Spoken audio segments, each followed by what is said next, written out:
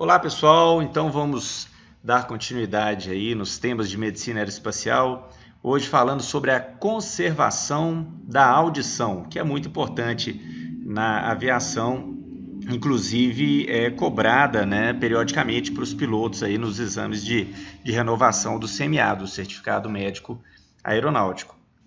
Sou major da Força Aérea Brasileira e tenho especialização em medicina aeroespacial, que é um curso que nos é dado quando a gente entra na Força Aérea, lá na Universidade da Força Aérea do Rio de Janeiro, lá na Unifa, e sou professor de medicina aeroespacial na FUMEC. Vamos primeiro entender um pouquinho da anatomia e da fisiologia, então, do ouvido. O ouvido ele é formado, então, por uma parte externa, que é a orelha, o pavilhão auditivo, essa parte cartilaginosa, que é o primeiro amplificador que nós temos, porque ele concentra as ondas sonoras para que elas possam entrar, então, com maior pressão aqui dentro do meato acústico externo, aqui, o que está escrito aí como conduta auditiva externa, até chegar no tímpano, que é uma membrana que oclui, então, totalmente esse canal, e ela vai vibrar, então, com as ondas sonoras. Essa vibração será transferida por uma série de ossículos, numa parte que a gente já conhece como ouvido médio. O ouvido médio, então, que fica atrás do tímpano, é uma área que fica com ar. Nós temos esses ossículos, então, eles articulam entre si. Primeiro é o martelo, que transfere as suas vibrações para a bigorna, que transfere suas vibrações para o estribo, e o estribo, então, ele vai se conectar aqui na janela oval e vai movimentar o líquido que fica dentro desse caracol aqui chamado cóclea, que aí já é o que a gente considera como ouvido interno. Então, nós temos o ouvido externo, o ouvido médio e o ouvido interno. Então, o ouvido interno é esse caracol, que é a cóclea, tem um líquido aqui, uma endolinfa aqui dentro, que ela vai ser movimentada pelos movimentos aqui, então, do estribo. E esse líquido, então, vai movimentar uma série de sensores que nós temos aí na parede interna da cóclea, e esses sensores vão gerar energia elétrica, e essa energia elétrica, então, vai passar pelo nervo auditivo, então, até o cérebro, e no cérebro ele vai ser interpretado como um som,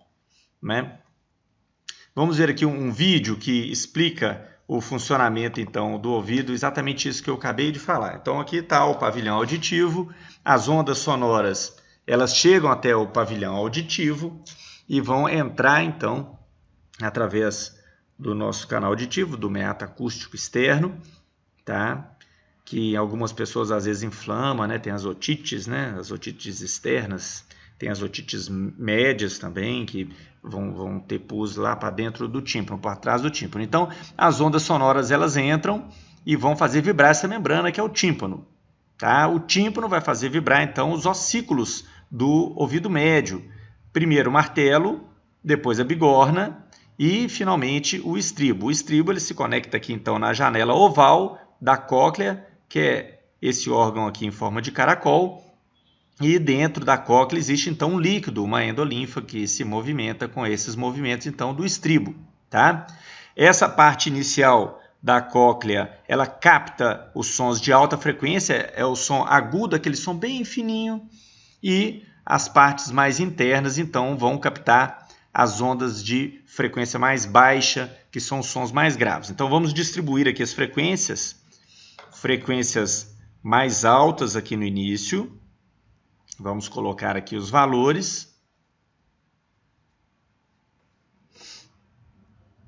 Lembrando que estes órgãos que captam a movimentação estão aqui, desde 20 mil Hz até aqui dentro, aqui a 200 Hz, que são as frequências que são captadas pelo ouvido humano. Existem animais que captam sons em frequências diferentes. Tem apitos que você utiliza e consegue chamar a atenção aí de um cachorro, por exemplo, o ser humano não consegue escutar.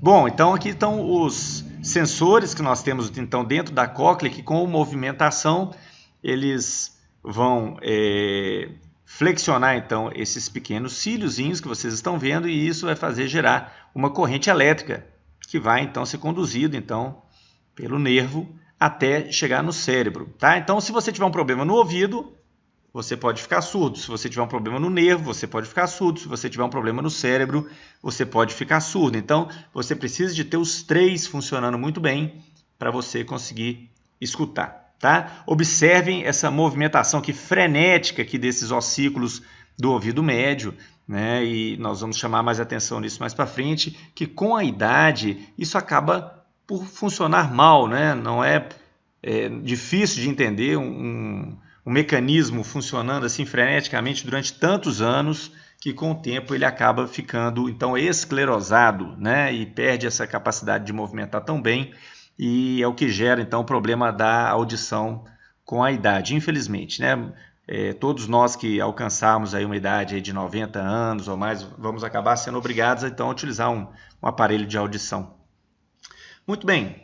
Vamos fazer umas definições aqui. Som, então, é uma onda mecânica, então ele precisa de um meio sólido para se propagar, né? É um fenômeno acústico que consiste na propagação de ondas sonoras produzidas por um corpo que vibra em um meio material. Então, precisa do ar, por exemplo, para propagar um som, mas ele pode propagar no líquido, pode propagar no sólido, tá certo? Ele só não vai propagar no vácuo, porque ele precisa desse meio material para propagar. E o que é ruído? Ruído é um fenômeno físico que indica uma mistura de sons cujas frequências não seguem nenhuma lei precisa.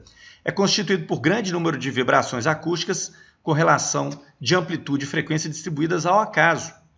Para a higiene do trabalho, costuma-se denominar ruído ou barulho todo som que é indesejável, ele não é entendível, né? Ele só fica nos incomodando e dificultando com que a gente compreenda um som, uma pessoa falando algo que realmente seja interessante para a gente. Definições, então. Vibrações sonoras são aquelas que conseguem estimular o aparelho aditivo e são descritas tendo uma intensidade, uma pressão sonora, que é em decibéis, e uma frequência, que normalmente a gente mede em hertz. Intensidade, então, a pressão sonora é o decibel, e é interessante que é uma escala logarítmica, então não é linear. Então, se você tem 10 decibéis e passa para 20 decibéis, não quer dizer então que o som aumentou 2 vezes, não, aumentou 100 vezes, porque é uma escala logarítmica, tá certo? E frequência, o ouvido humano, então, ele percebe vibrações aí de 16 Hz até 20 mil Hz, mais ou menos. Interessante aqui, né, os decibéis de várias situações. Por exemplo, a audição a gente começa a escutar com 10 decibéis, aqui uma fala normal 70 decibéis, vamos subindo aqui um pouquinho, uma serra circular que já é bastante incômoda, 100 decibéis, e observa aqui em cima, lá no topo, ó, avião a jato, 130 decibéis. Então, o motor de um avião a jato, na hora que o avião coloca o motor em carga máxima para decolar, ou na aterrissagem, que ele se aproxima de novo do ser humano, então é tido como uma das situações onde se tem mais barulho, né? Mais poluição sonora de todas, chegando perto do limiar da dor, que já seria aqui próximo aqui a 140 decibéis. Então, chamar atenção aqui para o avião a jato. Principais causas de perda auditiva. Então, vamos começar aqui de baixo. Envelhecimento natural, né? Já falamos sobre isso. Então, os mecanismos, eles têm que, aqueles ossículos do ouvido médio, eles têm que se movimentar e transferir movimento de um para o outro. Isso, com o tempo, vai esclerosando, vai cicatrizando, vai perdendo a mobilidade. Então, a gente tende a escutar mal com o passar dos anos. Isso é uma coisa que temos que chamar atenção enquanto a gente é novo, porque se a gente fica escutando, né, fone de ouvido muito alto, gostar de lugar muito barulhento, ouvir televisão muito alto, né? A gente acha que não tem problema porque a gente tem muita reserva. Então, escutar música alta hoje não vai fazer diferença para mim na semana que vem. A diferença vai ser acumulativa, né? Quando a gente tiver lá 90 anos de idade, às vezes antes. Tem gente que com 60, 70 já tem que usar aparelho auditivo, né? Então, temos que tomar muito cuidado com isso. Tem gente que também perde a audição por conta de traumas que podem gerar lesões até no cérebro. Doenças que podem prejudicar a audição, um exemplo deles é diabetes, por exemplo. Medicamentos, tem, por exemplo, alguns antibióticos que são ototóxicos e podem prejudicar bastante a audição. Hereditariedade, existem famílias que têm mais problema de audição, que vão perder a audição numa idade mais precoce, outras não, conseguem manter mais tempo. E, enfim, o tema da nossa aula de hoje, que é a exposição ao ruído alto, né? Observem, medicamento a gente pode evitar, doença a gente tem que se cuidar, né? Mas o resto das coisas, ó, envelhecimento não há como evitar, um trauma, claro, a gente tenta evitar, mas pode acontecer, hereditariedade não tem jeito de evitar. Mas o que a gente pode evitar e faz muita diferença é isso aqui, ó, exposição a ruído alto. A gente tem que fazer isso quando a gente é jovem, para a gente prevenir uma surdez, então, na velhice. Então, se chama PER, né? Perda auditiva induzida pelo ruído, ou PAIRO, se você colocar o O de ocupacional, né? Então é muito discutido e a gente tem que tomar muito cuidado com isso, e especialmente algumas profissões que são sujeitas então a muito ruído, que é o caso da aviação, e é por isso que nós estamos conversando sobre isso. Existe então um aparelho chamado decibelímetro, que é para medir então o nível de ruído do local, quem tiver interesse em adquirir, para ver como está a situação do seu local de trabalho. E olha que interessante, as 10 profissões mais barulhentas. Então nós temos aqui, ó, motorista de caminhão, 108 decibéis e tal, vamos chegar lá em cima, ó. Tripulação de voo, 130 decibéis. Então sempre voo, aviação, sempre é muito lembrada nessas, quando a gente fala em profissões que são submetidas aí a situação de muito ruído. É claro que existem aviões mais barulhentos e aviões menos barulhentos. Nós vamos ver sobre isso, né? É claro que tem alguma tripulação que voa no avião muito barulhento é submetido a um estresse muito maior do que isso que está escrito aí, e outros que voam em aviões modernos, né, altamente luxuosos e tudo, que prezam muito pelo silêncio, pelo controle do ruído, vão estar numa situação não tão ruim, igual está descrito aí na imagem, tá certo? E é interessante que o ruído, ele não gera só surdez, tá? Olha lá embaixo, ó, PER, perda auditiva induzida pelo ruído, ok. O ruído, né, durante a nossa vida é uma coisa acumulativa, gera uma surdez, e atenção, surdez irreversível. Então, uma vez que você esteja ficando surdo por conta dessa perda auditiva do ruído, tá? O que você pode fazer é usar aparelho auditivo, que vai ser um amplificador, para ver se te ajuda a compreender melhor o que as pessoas estão falando, tá? Mas não tem como recuperar. Então é importantíssimo a gente chamar a atenção disso. Mas o ruído, então, gente, ele não provoca só surdez. Olha o tanto de coisa que o ruído excessivo pode provocar numa pessoa: irritação, zumbido, tonteira, estresse, taquicardia, hipertensão arterial, fadiga, ansiedade. Então, uma pessoa que trabalha num ambiente muito ruidoso, chega em casa às vezes irritado, ansioso, e o que está acontecendo? A pessoa às vezes não sabe nem explicar o que é, mas o ruído é uma coisa que incomoda, é um estresse, né, que vai gerar uma fadiga, vai irritar as pessoas, às vezes ela nem se dá conta que esse é um dos principais motivos dela estar irritado, por exemplo. Bom, existe então a legislação trabalhista para defender, né, os trabalhadores aí, não deixar que eles sejam submetidos a ruído excessivo. Então tem a NR15, eu estou trazendo aqui para vocês o anexo 1 dessa legislação, e está mostrando aqui uma pessoa que é submetida no trabalho a um ruído de 85 decibéis, ele pode trabalhar 8 horas, tá bom? Isso aqui é um trabalhador normal, né? Mas uma pessoa que é submetida a um estresse maior, sonoro, né? Vamos supor, uma pessoa submetida aqui a 110 decibéis, ele só pode trabalhar nesse nível de ruído aqui, ó, 20 minutos, tá bom? Então, quanto maior o ruído do ambiente de trabalho, menor é o tempo que a legislação permite que o trabalhador fique exposto àquele ambiente que é ruim para a saúde, tá bom? O que sabemos sobre os malefícios do ruído? Que a exposição a ruído excessivo por tempo prolongado pode desencadear problemas auditivos e extra-auditivos, nós vimos, né? Irritação, estresse, ansiedade, tudo, né? E o que sabemos sobre a PER, a perda auditiva induzida pelo ruído? Que é uma lesão sensório-neural lentamente progressiva, ela é acumulativa, irreversível, geralmente bilateral. Pode dar zumbido, insônia, hipertensão, que são sintomas então extra-auditivos, né? E o tratamento que se faz quando a pessoa tem dificuldade então para escutar são os aparelhos auditivos. Tá? Muito comum nas pessoas mais idosas. Eu tenho certeza que quem aqui tiver algum parente aí beirando aí os 90 ou um pouco mais de 90, já provavelmente deve estar utilizando algum tipo de aparelho auditivo. E o interessante é que os aparelhos mais modernos, eles não amplificam o som de uma maneira geral, eles conseguem ser seletivos. Então, por exemplo, se a pessoa está com dificuldade para compreender apenas as frequências mais altas, os sons muito agudos, você pode ter um aparelho auditivo que amplifica apenas essas frequências mais altas. Então, isso impede com que as frequências mais baixas, que você escuta normal, que ele amplifique as frequências baixas, isso te incomode. Você já escuta bem as frequências baixas, então não há por que aumentar, isso vai até te incomodar. Então, são interessantes os aparelhos mais modernos, que eles conseguem, de uma maneira seletiva, amplificar apenas o que você está precisando. Bom, gente, conclusão, né? O melhor, então, é a prevenção. Escutar fone alto, música alta, televisão alta, deve ser evitado desde quando a gente é jovem, para a gente poder, na velhice, ter uma boa audição. Tá certo? E é interessante que um dos primeiros, né, sinais de que a gente deve estar perdendo a audição é a gente começar a falar alto. Do mesmo jeito que a gente escuta pouco, a gente quer falar alto, né? E quando uma pessoa fala muito alto, a gente deve desconfiar. Será que ela não tem algum problema de audição? Já está começando, né? Então vamos prevenir? Vamos ver aqui 4 passos para a gente prevenir então, essa perda pelo ruído. Primeiro, reduzir o ruído ambiente. Depois, vamos tentar administrar a exposição ao ruído, usar EPIs, são as proteções agora individuais, e fazer audiometrias periódicas. Então, para reduzir o ruído ambiente, primeiro vamos reduzir o ruído na fonte. Então, manutenção. Existem aparelhos que estão precisando de manutenção, estão precisando de lubrificação. Você coloca uma lubrificação, ele para de ranger, para de incomodar.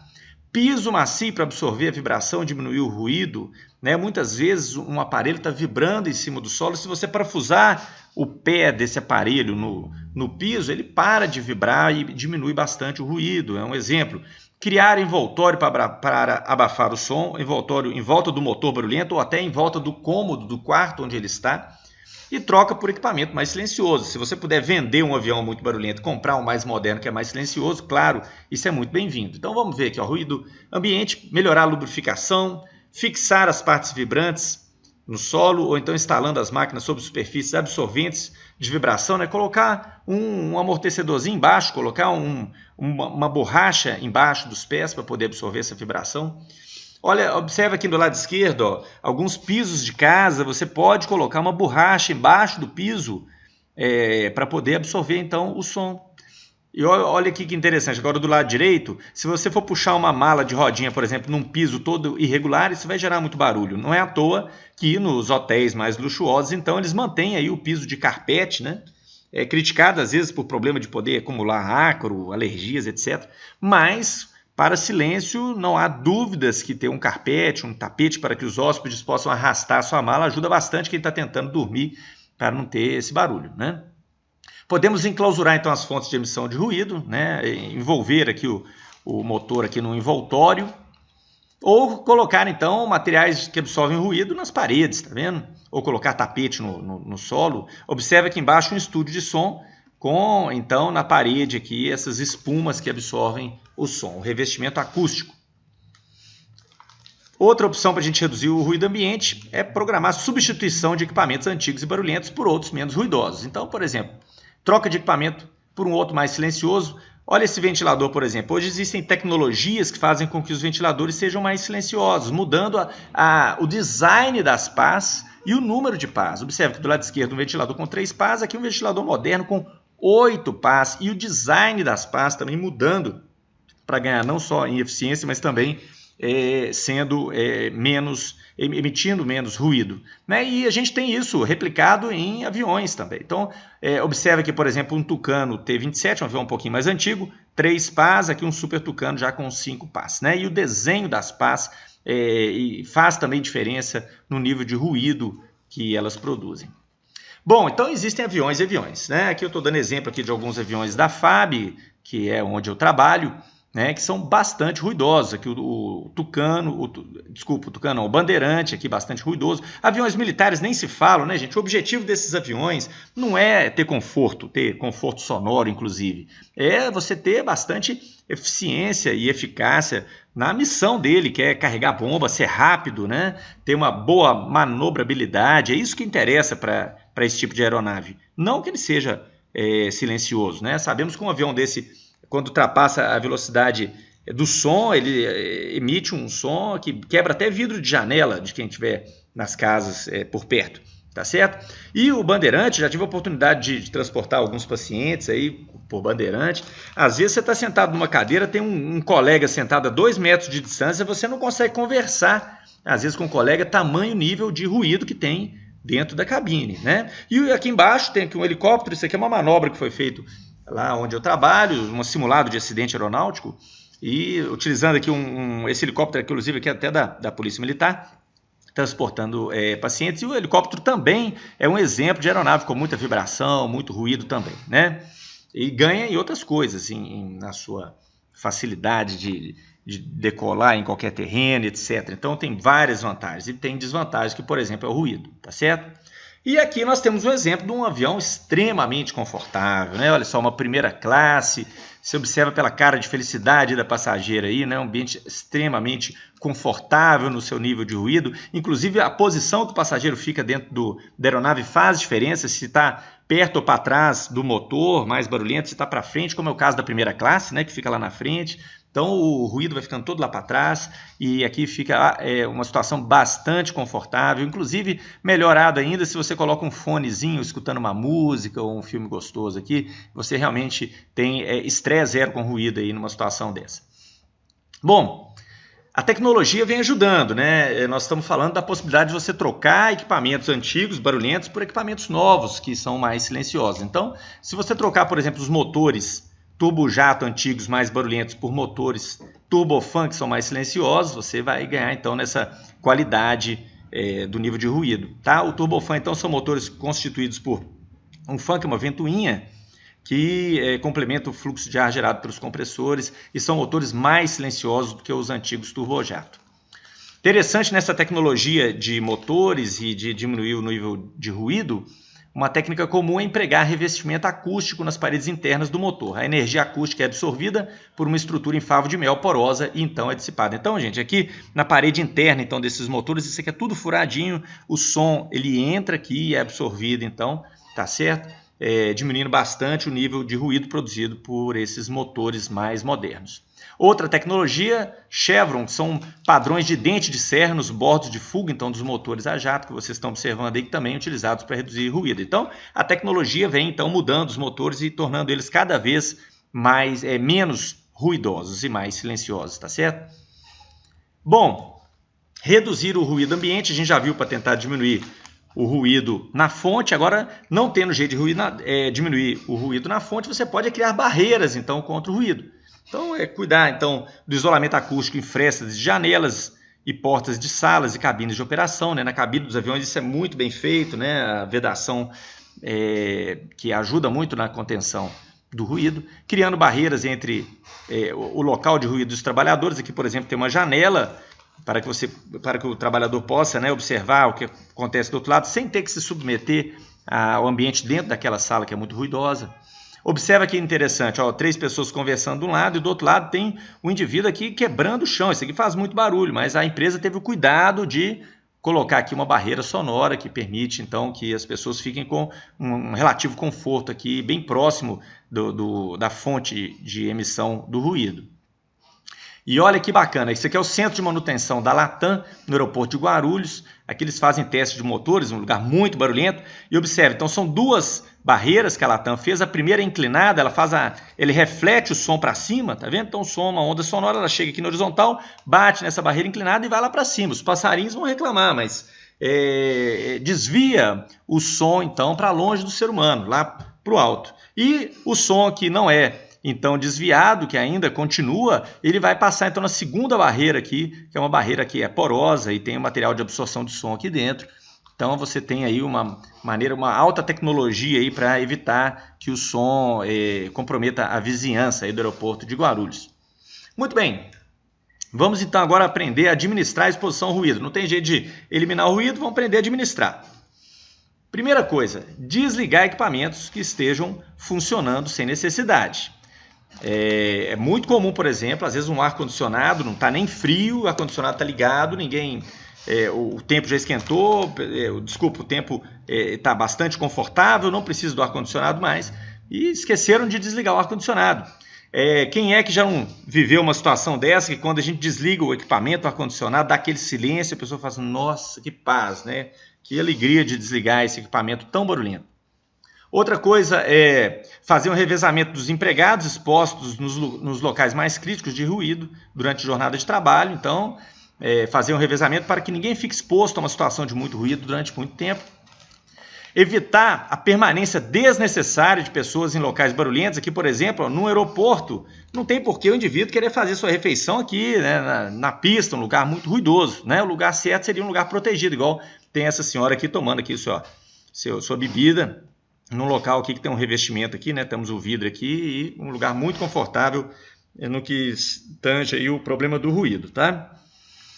Outra coisa que a gente pode tentar evitar é morar e trabalhar próximo a locais barulhentos. Esse aqui, ó, é o mapa de ruído, então, no aeroporto da Bolonha, tá vendo? Então, aqui perto da pista, mais barulho ainda. Então, se você puder comprar uma casa que escape dessa área mais barulhenta aqui, né, sua família toda agradece, né? E se você puder também trabalhar e não ser num escritório perto a um aeroporto, também muito bom, né? Vamos comprar um escritório para a nossa empresa? Vamos tentar comprar, então, longe de um aeroporto e longe de avenidas muito movimentadas, que tem muito barulho, né? Realmente a paz, né? De ter pouco ruído é muito bem-vindo aí para o nosso local de trabalho e para o local que a gente vive. Outra coisa para ajudar, então, na população que vive próximo aos aeroportos, é fazer restrição de voos noturnos. Então, no aeroporto, por exemplo, aqui do Reino Unido, da Alemanha, existem restrições a voos noturnos para a redução do ruído para os moradores dos arredores. Outra opção é usar os EPIs, né? Especificamente, a gente pode chamar até de EPA, que é o equipamento de proteção auditiva. E vamos falar, então, um pouquinho sobre eles. Primeiro, nós temos o protetor tipo concha, os abafadores aqui. Quando usar capacete, tem gente que fala que não tem jeito de usar o protetor tipo concha. Tem sim, sempre nós vamos dar um jeito. Então, você coloca ele com a haste para baixo. Agora, quando você está sem capacete, você coloca a haste para cima. É mais fácil fazer o correto posicionamento, inclusive ajustando aqui o tamanho dessa haste para que ele encaixe bem na cabeça e fique bem justinho no ouvido, fazendo a máxima proteção possível. E lembrar de trocar quando tiver algum sinal de dano, seja a haste que já está ficando frouxa, ou seja quando essa almofada da vedação já está toda rachada, então você tem que trocar, tá certo? Ninguém gosta da gente tanto quanto a gente mesmo, então nós temos que cuidar da gente. Então deram para a gente um EPI com defeito ou já danificado e velho, nós temos que pedir para substituir por um melhor. E temos também os redutores então de ruído do tipo plug, que são inseridos então dentro do nosso conduto auditivo, tá certo? Eles podem ser de espuma ou de silicone. Esses de silicone eles podem ser lavados, reutilizados. O de espuma muitas vezes eles são descartáveis. Esse de espuma ele tem uma vantagem que você amassa ele fica bem fininho, você introduz no seu conduto auditivo e ele vai expandir e vai ficar exatamente no formato do seu conduto auditivo. Ninguém é igual a ninguém, então esse aí consegue se moldar e dar um efeito muito bom. Lembrando que para introduzir esses plugs, é interessante você retificar então o seu conduto auditivo. Então você puxa a orelha para trás e para cima, aí o seu conduto auditivo vai ficar bem retificado, aí você introduz o seu plug, tá? E depois você vai lavar ele bem com água e sabão depois do uso, tá? E depois que você já não está utilizando mais, você guarda ele na caixinha para evitar que ele se danifique, ele suje, etc. Olha que interessante como é que é importante colocar o plug bem colocado. Essa linha azul aqui é a redução de ruído obtido e o plug foi colocado de maneira inadequada, está mal colocado. Observe que a diminuição do ruído foi pequena, né, alcançando aqui em 3.000, 4.000 Hz aqui, alcançou 20 decibéis. Mas se você colocar ele bem colocado, uma inserção bem colocada lá, bem profunda desse plug, você consegue aqui reduções de até 50 decibéis. Então, não basta colocar o plug, tem que colocar bem colocado. Por isso essa técnica de retificar o conduto para introduzir, etc. Tá? Vamos ver agora uma pergunta frequente, né? Qual que é melhor? É o de concha ou são esses plugs de introdução? Aqui um trabalho aqui mostrando que é mais ou menos parecido. Observe aqui, gente, ó, 2.000 Hz, aqui um é 38, outro é 39, a 3.000 aqui um é 41, outro é 42, é bem parecido, os dois funcionam muito bem, né? Em frequências mais baixas, parece que os de plug são um pouquinho melhores, mas os dois são muito bons. Agora, melhor do que usar um ou outro é usar os dois juntos, né? Se você puder, eu vou até mostrar para vocês isso daqui. Aqui é um outro trabalho mostrando aqui a redução do ruído com diferentes EPIs, né? Com o tipo concha deu uma redução de 11 decibéis, o de silicone, né? Esse não é moldável no nosso ouvido, ele já é pré-moldado de fábrica, então não encaixa tão bem em todo mundo, é uma redução de 19 decibéis, e esses moldáveis de espuma até 22 foi o campeão que deu o maior redução. E aqui é o que eu gostaria de mostrar para vocês. Ó, então, o tipo concha é essa linha do triangulinho aqui, ó, observe uma redução boa aqui, ó, 30, 40 decibéis. O plug é essa linha da bolinha redondinha aqui, tá certo? E existe um exame, um resultado somatório, uma sinergia, então se você usar os dois juntos, ó, tá? Você consegue então reduções aí de mais de 50 decibéis. Então, se possível, o ideal é utilizar os dois, utilizar o plug mais a concha por cima para você conseguir o máximo de redução. Muito bem, então nós temos o tipo plug, de inserção pode ser de silicone, pode ser de espuma. Troque-o sempre que tiver qualquer dano. Para quem os usa diariamente, mesmo sem nenhum dano, é melhor trocá-lo então a cada 3 meses. Se você sentir dor ou coceira ao usar os plugs, procure imediatamente o médico do trabalho, o fonoaudiólogo, porque pode estar acontecendo aí alguma infecção, alguma coisa no seu ouvido, tá? E o comportamento é muito importante. Observem, né? Em locais ruidosos, não retire os EPIs. É muito comum a pessoa que quer conversar com a outra, tira um pouquinho para conversar. Piloto, então, para conversar com o copiloto, é muito frequente tirar, então, a concha, né, do lado que está próximo ao companheiro lá para poder conversar. Isso não é o recomendado, tá certo? Porque realmente você vai estar sujeito então todo ao ruído do ambiente. É só falar de frente que você vai conseguir facilitar a sua comunicação. E é importante, ó, retirar o EPI, né, apenas depois de sair do lugar barulhento, e você vai colocar antes de entrar. Não é para a gente chegar na pista, aquele barulho ensurdecedor, e aí a gente lembra que tem que colocar o EPI. Até você colocar, você já foi então submetido a um grande nível de ruído, aí você tem que tentar evitar, então colocar antes de entrar. E fazer periodicamente as audiometrias, que é o exame que vai observar como é que está sua capacidade então de escutar, tá? Todos os empregados expostos ao ruído devem fazer audiometrias periodicamente. Então, de acordo com a norma ISO 1999, é considerado normal o indivíduo que apresenta um limiar auditivo bilateral igual ou inferior a 25 decibéis.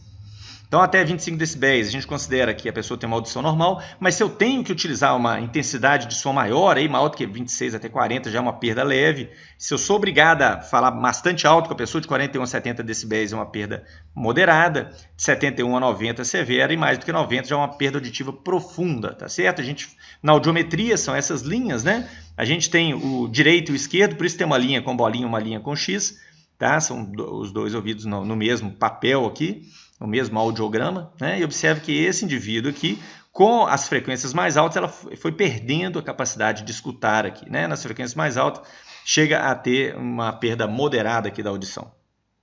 Vamos ver aqui um audiograma aqui de uma pessoa com perda grau 1. Tá? Observem que a partir de 2000 Hz, então, de frequência, começou a ter perda e a intensidade de som teve que alcançar aqui até 40 decibéis para a pessoa poder escutar.